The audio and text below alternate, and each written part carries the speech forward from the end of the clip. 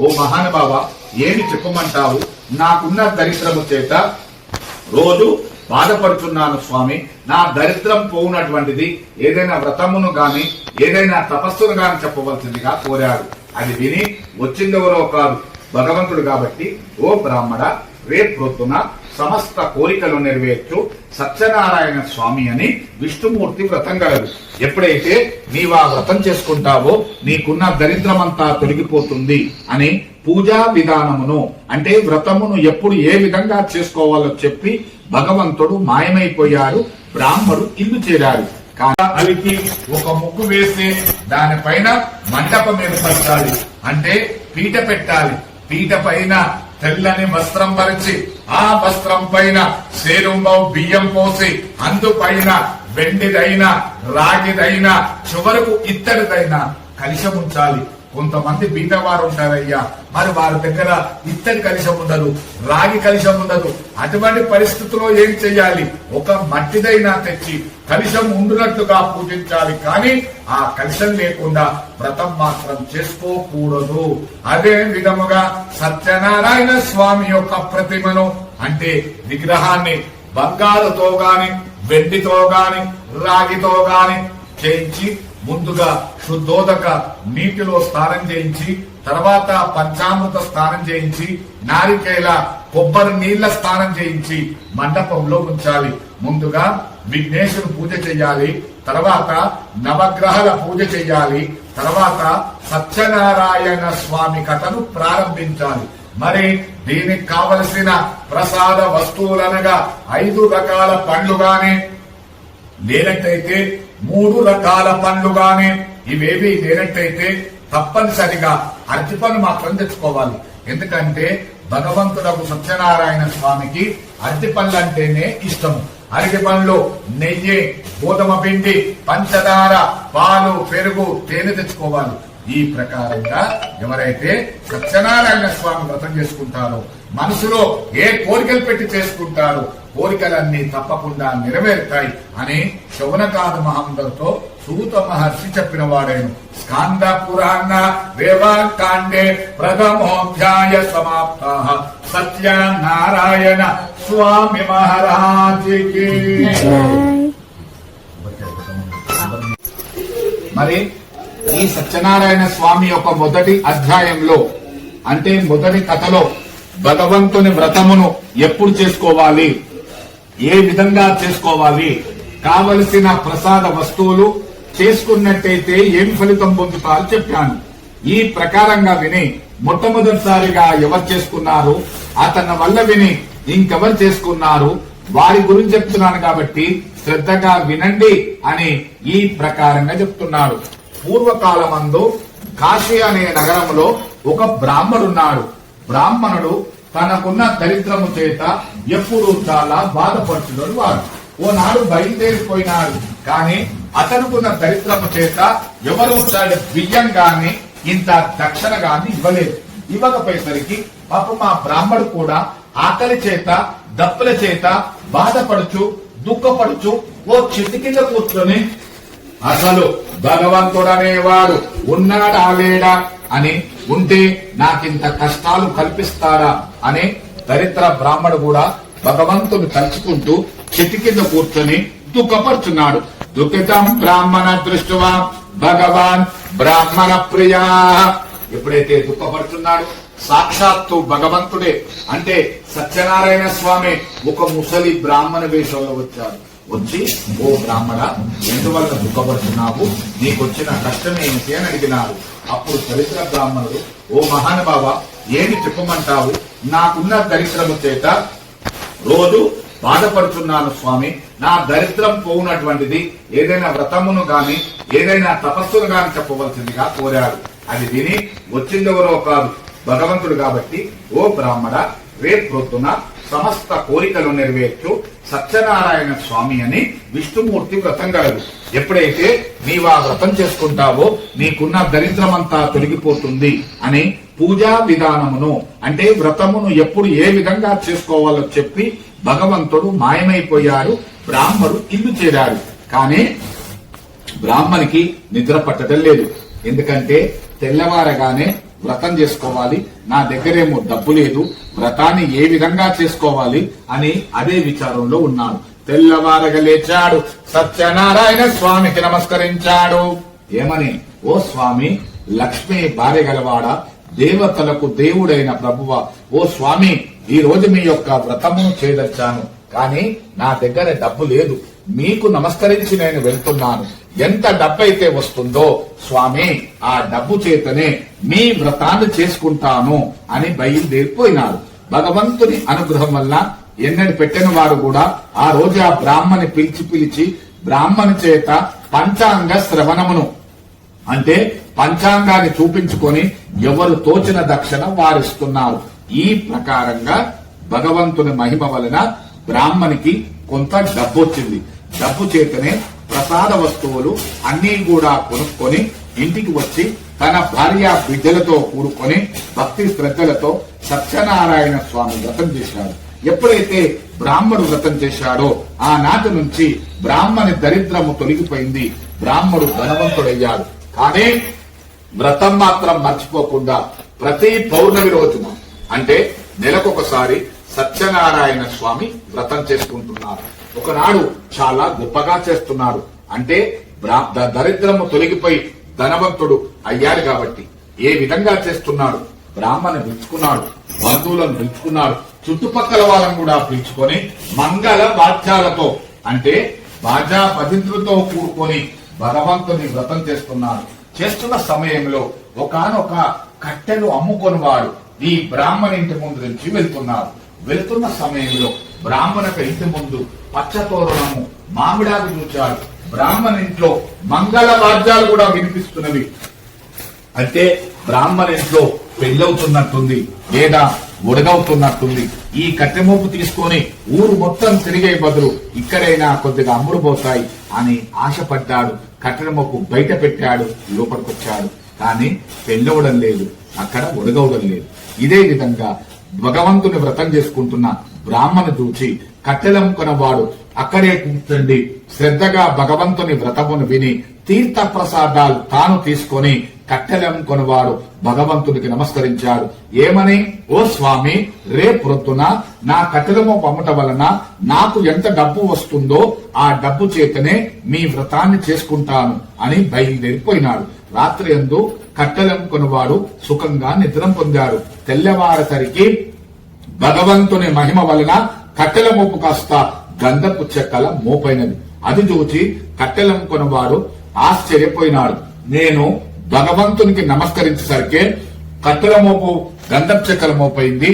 నిజంగా ఈ భగవంతుని వ్రతం చేసుకుంటే ఇంకెంత మహిమ జరుగుతుందో కదా అనుకొని గంధపు చెక్కల మోపు కాస్త షావుకారికి అంటే కోమటి వాళ్ళకు అమ్మివేసి ప్రసాద భార్య బిడ్డలతో కూడుకొని భక్తి శ్రద్ధలతో కట్టెలమ్ముకొనివాడు కూడా భగవంతుని వ్రతం చేస్తున్నాడు. ఎప్పుడైతే కట్టెలమ్ముకొనివాడు వ్రతం చేశాడో ఆ నాటి నుంచి కట్టెలు అమ్ముకొని దరిద్రం తొలగిపోయింది. కట్టెలు అమ్ముకొనివాడు కూడా చాలా ధనవంతుడయ్యాడు. ఈ ప్రకారంగా భగవంతుని వలన బ్రాహ్మణుడు విన్నాడు, బ్రాహ్మణు వలన కట్టెలు అమ్ముకొనివాడు విన్నాడు. ఈ ఇద్దరి వలన కాశీనగరమందు ప్రతి ఒక్కరు వ్రతమును విని ప్రతి ఒక్కరు వ్రతమును చేసుకొని చివరి వరకు సుఖముతోనూ సంతోషముతోనూ వైకుంఠం పొందుచుండరి. స్కాంద పురాణ రేవాకాండే ద్వితీయోధ్యాయ సమాప్త. సత్యనారాయణ స్వామి మహారాజుకి. ఉలుకాముకుడు అని పేరు గల రాజు మన భారతదేశానికి అధిపతిగానున్నాడు.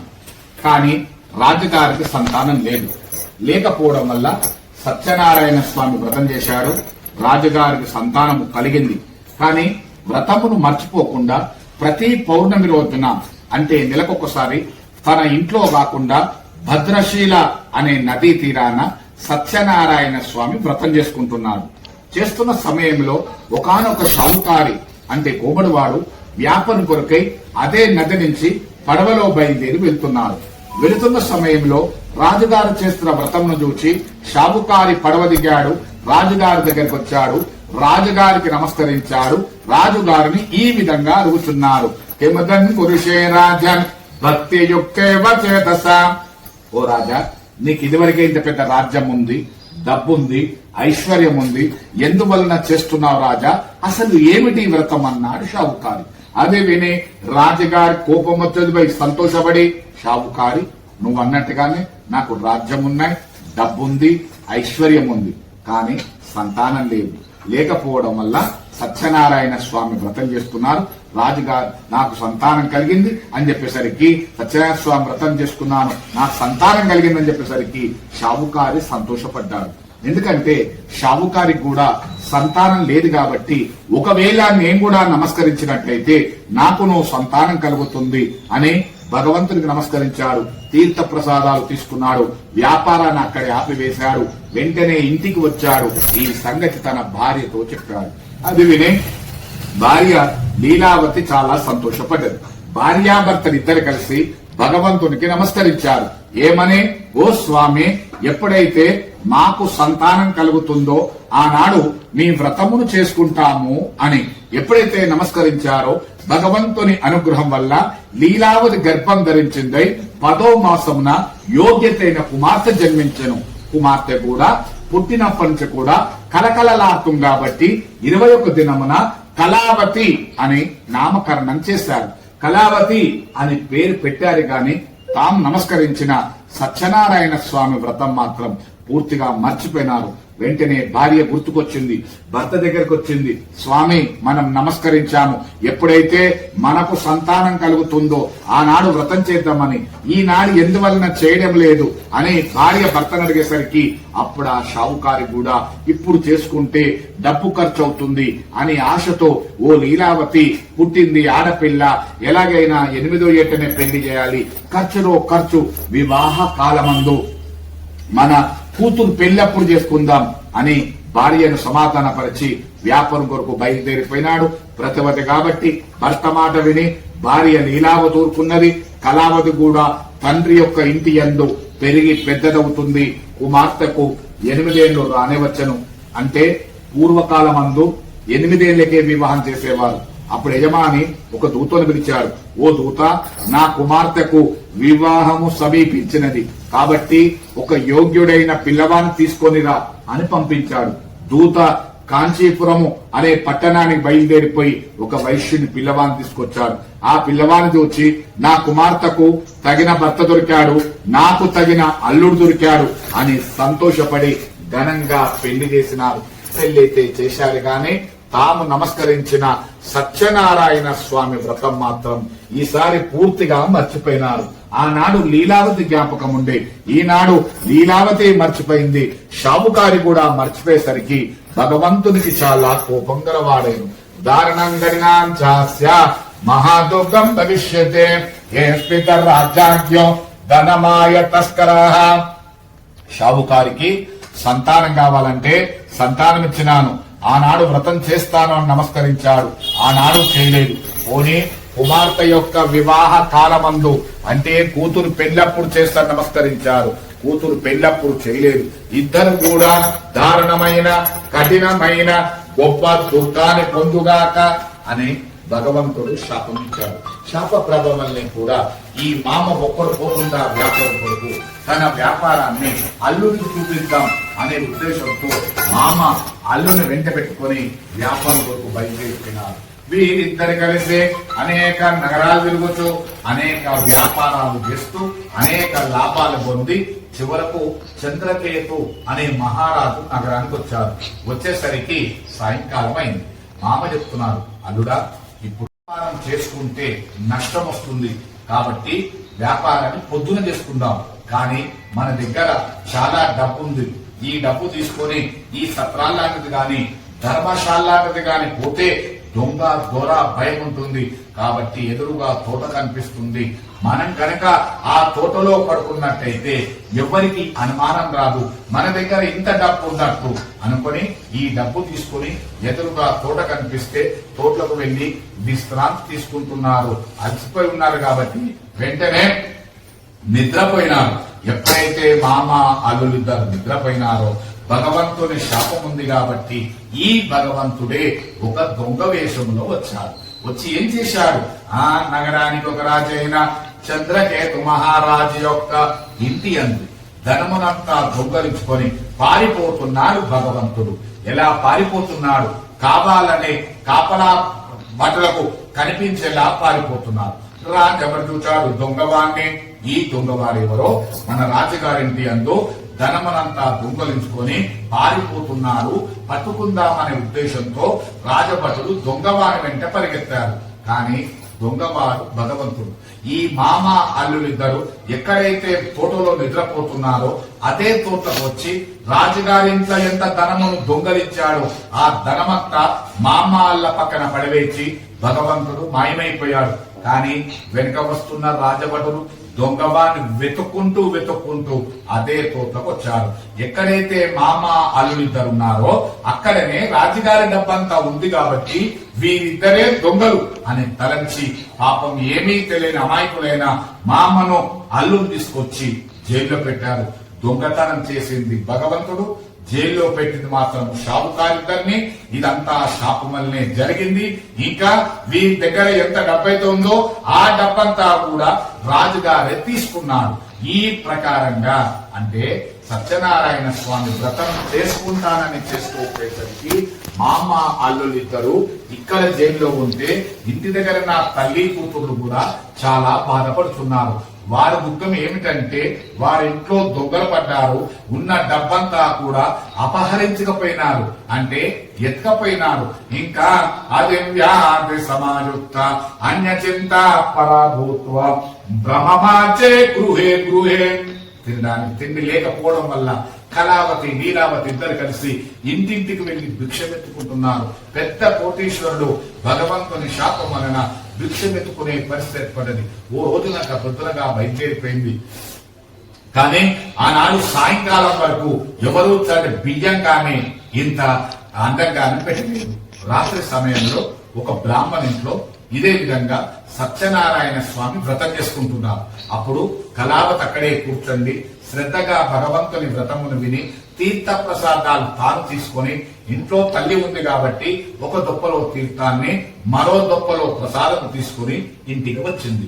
అప్పుడు తల్లి చాలా కోపంతో, ఓ కళావతి, ఇంత చీకటి పడ్డ వరకు కూడా ఎక్కడికి పోయినావమ్మా?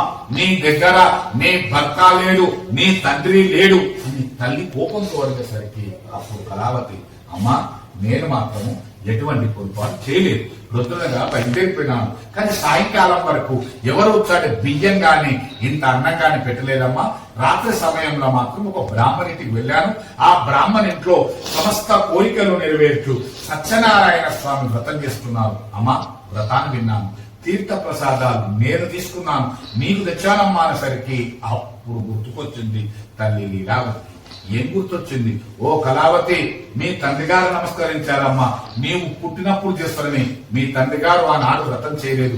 మీ తండ్రి గారు నమస్కరించారు, నీ వివాహ కాలమందు నీ పెళ్ళప్పుడు చేస్తారని మీ తండ్రి గారు ఆనాడు చేయలేదు. ఇదంతా భగవంతుడు శాపమేమో అనుకుని తెల్లవారగానే భిక్షమెత్తుకొని బయలుదేరిపోయి వచ్చిన కాస్త డబ్బుతోని ప్రసాద వస్తువులు అన్ని కూడా కొనుక్కొని ఇంటికి వచ్చి తన భార్య బిడ్డలతో కూడుకొని వెంటనే ఇంటికి వచ్చి కళావతి లీలావతి ఇద్దరు కలిసి భగవంతుని వ్రతం చేసుకొని భగవంతునికి నమస్కరించారు. ఏమనే? ఓ స్వామి, నా భర్త నా అల్లుడు ఏ తప్పు చేసినా క్షమించు స్వామి, ఏ తప్పు చేసినా క్షమించు స్వామి, వారిద్దరూ ఎక్కడున్నా క్షేమంగా ఇంటికి వచ్చదురుగాక అని భగవంతుడు శాంతించాడు, సంతోషపడ్డాడు. ఇప్పటికైనా షావుకారులు కాకుండా కనీసం షావుకారు భార్యలు నా వ్రతం చేశారు కదా అని భగవంతుడు సంతోషపడి వీరి భర్తలను బంధించిన ఏ రాజైతున్నాడో రాజుగారి యొక్క స్వప్నంలో, అంటే అదే రోజు రాత్రి కలలో కనిపించాడు భగవంతుడు. కనిపించి ఏం చెప్తున్నాడు? చంద్రకేతు మహారాజా, నీవు బంధించిన ఇద్దరు మాత్రం దొంగలు కాదు, నా శాపం వల్ల నీకు దొంగలా కనబడ్డారు. దొంగతనం చేసింది నేను, తీసుకొచ్చి జైల్లో పెట్టావు షావుకారిద్దరిని. ఇది నా శాపం వల్లనే జరిగింది. కాబట్టి తెల్లవారగానే ఆ ఇద్దరిని విడిపించి వారి దగ్గర నీవు ఎంత డబ్బు తీసుకున్నావో డబ్బంతా పూర్తిగా వారికి ఇచ్చేసేయి. ఇది కళ అనుకొని ఈ భగవంతుడు ఏం చేస్తాడా అని వారిద్దరిని నీ రాజ్యము, నీ ధనము, నీ పుత్రులతో కూడుకొని నిన్ను కూడా నశింపజేస్తాను అనేసరికి రాజుగారు భయపడి లేచి కూర్చున్నారు. అది కల కాబట్టి ఎవరు లేకపోవడం వల్ల షావుకారు ఇద్దరిని విడిపించండి అని ఆజ్ఞించాడు. ఇద్దరు తీసుకొచ్చారు. ఇద్దరు భయపడుతున్నారు. ఓ షావుకారులారా, మీకు ఎటువంటి భయం లేదు. నా వల్ల మీ వ్యాపారం అంతా నష్టమైంది. నేను మీ దగ్గర ఎంత డబ్బు తీసుకున్నాను దానికి రెట్టింపు రెండింతలు చేసి మీకు ఇస్తున్నాను. ఈ డబ్బులు తీసుకొని రత్నాభరణాలు కూడా ఇస్తున్నాను, వజ్ర వైడూర్యాలు ఇస్తున్నాను. ఇవి తీసుకొని మీ ఇంటికి మీరు వెళ్ళిపోయినసరికి మామ అల్లుడు ఇద్దరు సంతోషపడ్డారు. మామ ఒక పడవ, అల్లుడు ఒక పడవ సిద్ధం చేసుకొని రాజుగారి ఇచ్చిన డబ్బంతా పెట్టెల్లో నింపుకొని కొందరు బ్రాహ్మణులు కనిపిస్తే బ్రాహ్మణులకు, కొందరు సాధువులు కనిపిస్తే సాధువులకు తమ దగ్గర డబ్బును దానం చేస్తూ వెళ్లిపోవడానికి సిద్ధంగా ఉన్నారు మామ అల్లుడు ఇద్దరు కలిసి. స్కాంద పురాణ రేవాకాండే తృతీయోధ్యాయ సమాప్త. సత్యనారాయణ స్వామి మహారాజుకి. రాజుగారిచ్చిన డబ్బంతా పెట్టెల్లో నింపుకొని కొందరు బ్రాహ్మణులు కనిపిస్తే బ్రాహ్మణులకు, కొందరు సాధువులు కనిపిస్తే సాధువులకు తమ దగ్గర డబ్బును దానం చేస్తూ వెళ్లిపోవడానికి సిద్ధంగా ఉన్నారు. ఆ విధంగా ఉన్న సమయంలో భగవంతుడు అనుకున్నాడు కదా, ఇప్పటి వరకు కూడా షావుకారిద్దరికి ఇన్ని సహాయాలు చేశాను కదా, అసలు వీరిద్దరికి నేను జ్ఞాపకమున్నానా లేనా అని పరీక్షింపదలిచి భగవంతుడే ఒక సన్యాసి వేషంలో వచ్చాడు మామ అల్లుడి దగ్గర. వచ్చి, ఓ షావుకారులారా, మీ పడవలో ఉన్న సరికేమిటి అని అడిగినారు. అది విని షావుకారిద్దరు ఆశ్చర్యపోయినారు. ఎవరైనా సాధువు గాని సన్యాసి గాని ఏదైనా డబ్బును దానం చేయమంటారు. ఈ వచ్చిన సన్యాసి ఏమో ఎక్కడో ఉన్న మన పడవల గురించి అడుగుతున్నారు. కాబట్టి వచ్చిన వాడు ఖచ్చితంగా దొంగ అనుకొని, ఓ సన్యాసి, చూస్తే సన్యాసిలా ఉన్నావు, ఎందుకయ్యా నీకు ఈ దొంగ బుద్ధి? మా పడవలో డబ్బున్నది, ఎత్తుకెళ్దామనుకుంటున్నావు. మేము షావుకారులము, విస్తరాకుల వ్యాపారం చేసుకుంటాము. కాబట్టి మా పడవలో ఆకులు తీగలు కాయలు తప్ప ఏవి కూడా లేవని అసత్య వాక్యాలు పలికారు. అంటే అబద్ధాలు చెప్పారు. డబ్బు ఉంచుకొని లేదని ఎప్పుడైతే అబద్ధం చెప్పారు, వచ్చింది ఎవరో కాదు భగవంతుడు. కాబట్టి ఓ షావుకారులారా, మీ పడవలో డబ్బుంటే నాకెందుకు, ఆకులు తీగలుంటే నాకెందుకు? సరే, మీ పడవలో ఆకులు తీగలు కాయం తప్ప ఏవీ కూడా లేవంటున్నారు కాబట్టి మీ మాట సత్యమవు గాక, మీ పడవలో ఆకులు తీగలు కాయలుండు గాక అని కొంత దూరం బయలుదేరిపోయి ఓ చెట్టు కింద తపస్సు చేసుకుంటున్నాడు. ఇంకా మామ తన అల్లుడితో చెప్తున్నాడు, ఆ వచ్చిన వాడు దొంగ, మన దగ్గర డబ్బుందని చెప్పనుంటే కొట్టి తీసుకెళ్లేవాడు, చెప్పందే మంచిదైందని సంతోషపడుతూ కొంత దూరము బయలుదేరిపోయినాడు. కానీ భగవంతుని శాపం వలన 2 పడవలు కూడా అకస్మాత్తుగా తేలిపోతున్నవి.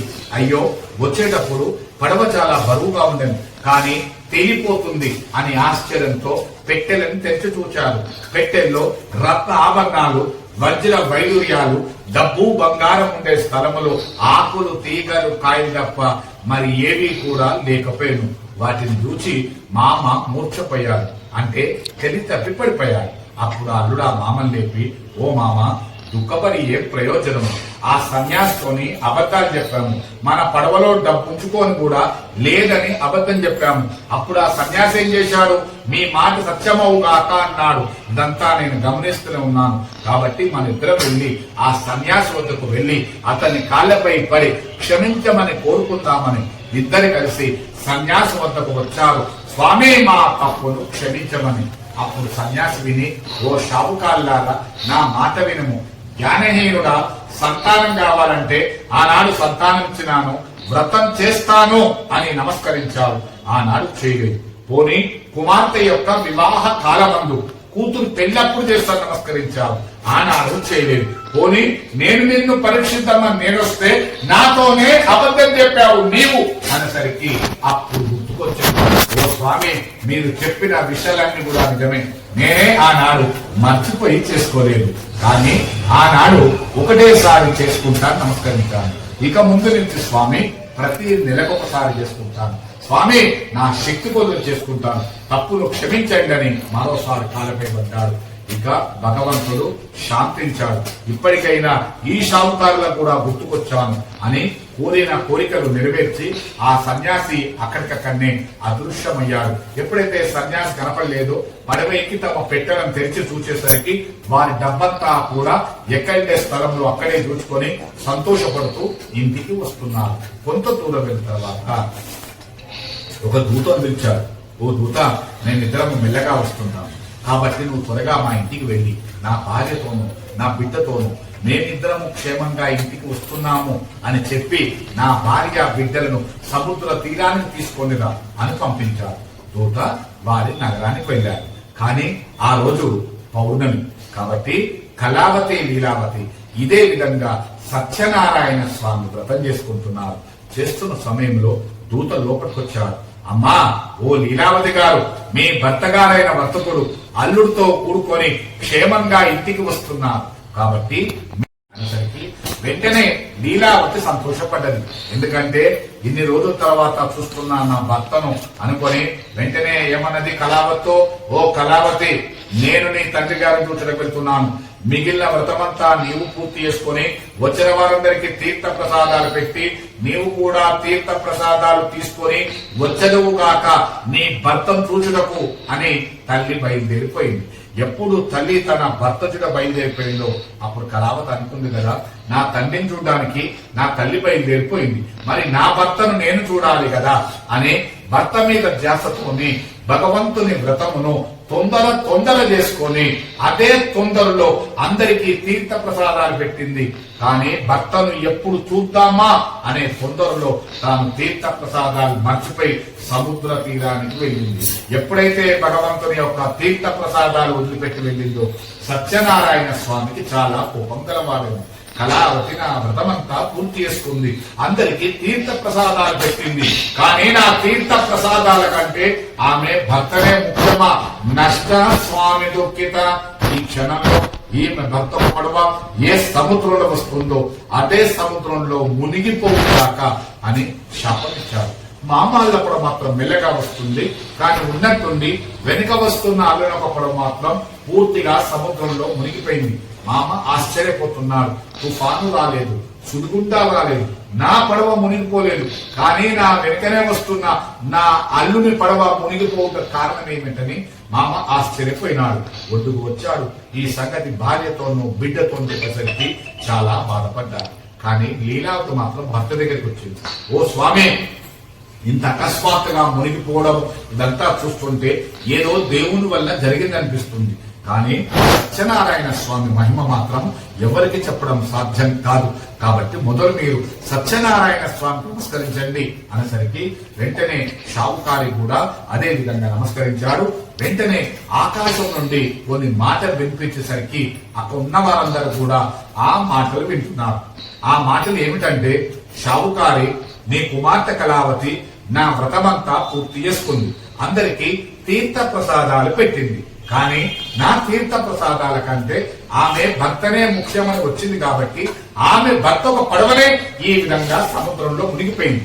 కాబట్టి నీ కుమార్తె కళావతిని త్వరగా ఇంటికి పంపించి మరల నా వ్రతమంతా పూర్తి చేసుకుని అందరికీ తీర్థ ప్రసాదాలు పెట్టి తాను తీసుకొని వచ్చినచో ఆమె భర్త కనబడతాడు, ఆమె యొక్క భర్త ఒక పడవ కనబడుతుంది, ఇది నిజం అని ఆకాశం పలికేసరికి కళావతి చాలా సంతోషపడ్డది. ఎందుకంటే ఆకాశం నుండి మాటలు వచ్చినాయి కాబట్టి నిజమవుతాయని వెంటనే ఇంటికి వచ్చి ఈసారి మాత్రము భక్తి శ్రద్ధలతో నిదానంగా భగవంతుని వ్రతం పూర్తి చేసుకుని మొదలు తాను తీర్థ ప్రసాదాలు తీసుకుని తర్వాత అందరికీ తీర్థ ప్రసాదాలు పెట్టి మనసులో భగవంతుని ధ్యానించుకుంటూ ఇంటి నుండి సముద్ర తీరానికి వచ్చేసరికి అది వరకే భగవంతుని మహిమ వలన ఒడ్డుకు చేరిన భర్త ఒక పడవను చూచి తన తండ్రితోనే మాట్లాడుతున్న తన భర్తను చూచి కళావతి సంతోషపడ్డది. తండ్రి, మన ఇంటికి మనం వెళ్లిపోదామనేసరికి షావుకారి కూడా భార్యను బిడ్డను అల్లుని తీసుకుని ఇంటికి వచ్చారు. ఆనాటి నుండి సత్యనారాయణ స్వామి వ్రతం మాత్రం మర్చిపోకుండా ప్రతి పౌర్ణమి రోజున అంటే నెలకొకసారి సత్యనారాయణ స్వామి వ్రతం చేసుకుని చివరి వరకు కూడా వ్యాపారం చేసుకుని పెద్ద కోటీశ్వరులై సుఖంగా వైకుంఠం పొందిరి.